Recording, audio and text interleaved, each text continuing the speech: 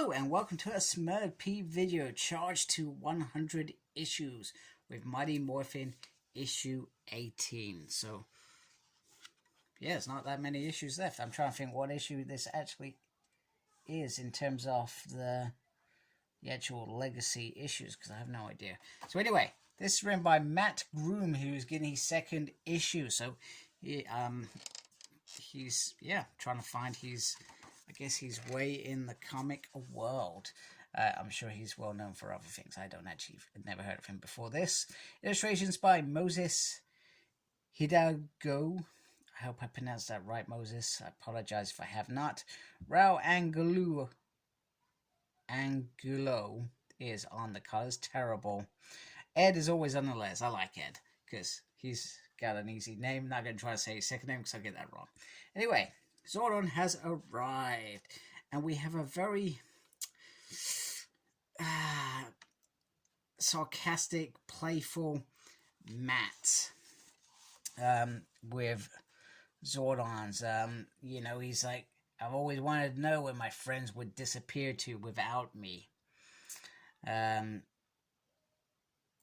here, my friends are gone. It's funny how things work out, and Zordon's being very humble at this time, saying none of us are where we expected to be, and the guy almost drops him quite fast. And Matt's sort of like, you're meant to bring it down carefully. And he says, thank you for Matthew and for your help and assistance during the recent war. And then he says, oh, well, we brought you here so we didn't have to split power, etc. And he says, I take my job seriously, trying to act professionally. But please don't mistake this for the slightest hint of respect for you. So some of this actually makes sense because, let's be honest, unlike the other Rangers, he's never followed Zordon. He was never brought into this by Zordon. So it's understandable that there is a bit of tension there. And Matt does a fabulous job bringing that out. And then he goes straight into Grace's tension. He's saying, I don't believe Matt's happy that I'm here, and he says that he's here, and she says it's more about the company. So she's straight in there, boom. And he tries to be he's saying he's very humbled at this point in time, and he's trying to apologize. He's trying to apologize for 50 years ago when they were on the moon and her whole team died in tragic circumstances. He said it was cruel. I should have made sure that I looked after you, and Tehran as well. It was wrong of him. My responsibility. I should have, And she said she's waited decades for this. This is a moment that Grace has waited for, but she says I don't feel better for hearing it. And sometimes actions speak louder than words, and sometimes an apology is not always enough. And she says maybe it's where you are. You're down, you're out, and now you're saying sorry. Let's see how you feel when you're big and mighty again, sort of thing. So very interesting how Matt picks us out. And we also get a moment where she also reminds him that you did tell Matthew that you were going to steal the Green Ranger coin by force. So the swords are all together, and Matt is checking in with Rocky at this point in time. And the reason that the Zords are all there, even though they are severely damaged, is that they have a connection to the Morphin grid, and they can conduct this energy shield by being together.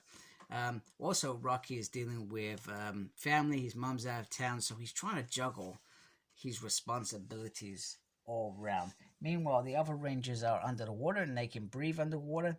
We got Billy, who's trying to deal with his phobia of fish. He says the more intelligent word, which I'm not even going to attempt to repeat. Even in my brain, I could not read that. So it's interesting how they can breathe underwater, and they do touch on that a little bit. They also debate how beautiful it is under there.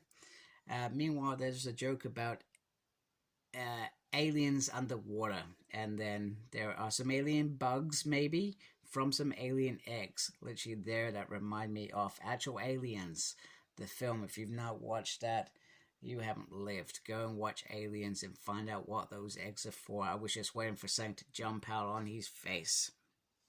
They also talk about their approach to this, why they had to be in there in the first place. So they're there, they're looking around, and they come through various tight spots to get through. However, there's some bad news because, well, there are actual aliens underneath this water. And Adam has some great instincts, apparently, for thinking, hey, we're underwater, there's got to be some aliens here.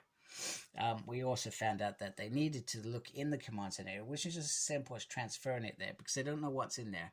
There could be villains locked up, there could be black holes in there, experiments. You don't know with a command center. It's not that simple.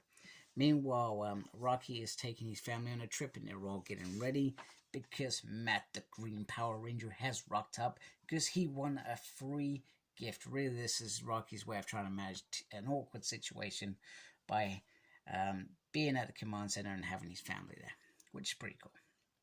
So the monsters are fighting, and Tommy's trying to do his diplomatic thing by saying, we're sorry if we're offending you. It's like same old lies the creature is, because we soon learn quite quickly in the battle when that these guys think that they're from an empire, that empire being Altarian, which Aisha figures out quite quickly, and she figures out they're protecting their eggs, that stop the fighting, etc.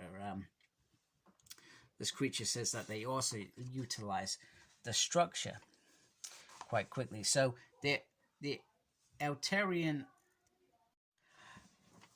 so they soon talk it out, etc., why they were there, and that they've recently fought their own Altarians, etc. And we hear that this world, so when the Altarians turned into aggressors, they tried to bring them all into the war to go fight for them, etc. And some of their worlds, and they're in other worlds, lost to this. So they use the command center to create some sort of illusion to protect, like they said, the most important thing in their universe, their young, etc. And they don't intend for them to be hurt again, etc. So nobody will be permitted to be here and operate here. However, they've allowed the Rangers to use this to find another command center, because you got to remember, on Earth, the command center was destroyed, so they were sort of grasping at straw. So now that they can actually access some computers and perhaps find the next base, so you can see where this is going. This isn't a simple win. They're going to be going on an adventure to find this command center over the next few issues. We also get a moment between Trini and Billy, because she handles things really well diplomatically.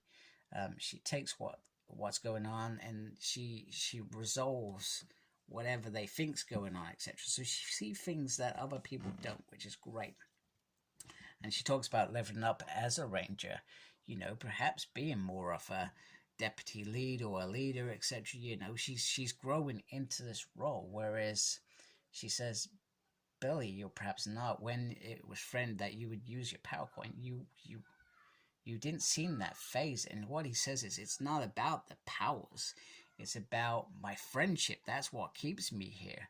That's why I do what I do. And this is probably starts Billy's role in terms of evolving himself, where eventually he can't receive those powers due to what happens to him, but he can still be a force for good and be there for his friends.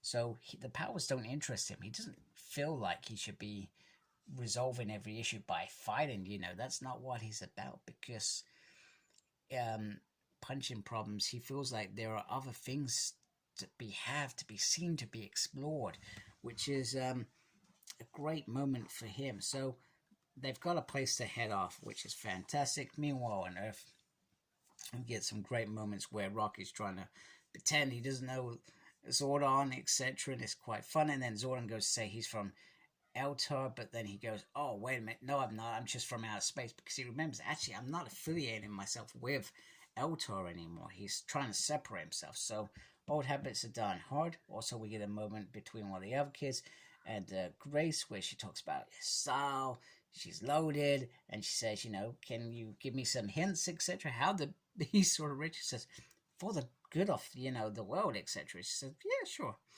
Meanwhile, we get some rumblings. And Dr. Saskins is asked what's going on. So there is no life signs, but they are brought in a message, a sinister message. I am your new ruler. I hope you've got a throne for me. There, boom. Bad guy's here. He's got his little Mondo things going down there. And I'm interested to see if there is actually a relationship with Mondo and what these are about, because these are quite interesting. It's quite different. You almost feel like you've got a little cog going on there. So a great ending to issue 18. And Matt's in my mind, Matt's really grasped his role as writer. He clearly knows and cares about these characters and wants to talk about these characters. So I feel like he's doing a fabulous job, and he writes things that perhaps you wouldn't think about, and then when he writes them, you really think, yeah, that's right, that makes sense. So good on you, Matt. You're coming along nicely, and maybe, hopefully, you're going to be on this book for a long time. I'm not sure what's going to happen after 100. I've also got to apologize. There's probably some noise in the background. Neighbors, it's a nice sunny day, so they're all having a good time and being ridiculously loud. So I hope you're having a nice day. If you haven't already, please subscribe to my channel. We appreciate that. Make sure you look after yourself, very important. And as always, embrace the geekiness. Take care. Goodbye, folks.